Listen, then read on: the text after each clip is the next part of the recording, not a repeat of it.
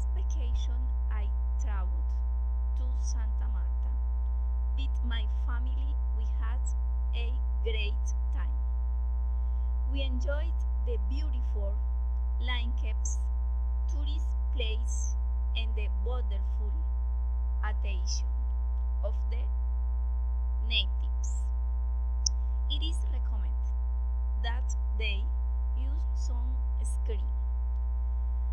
The weather is very sunny. It is all necessary to hydrate.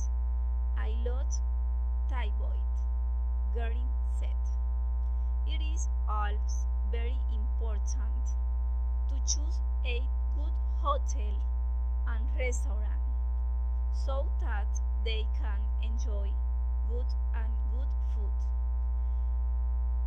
Um, People should not walk alone in dangerous places, could be victims of theft.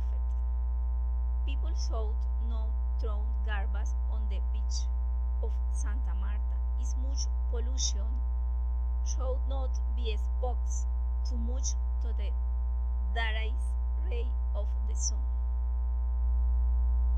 Bye.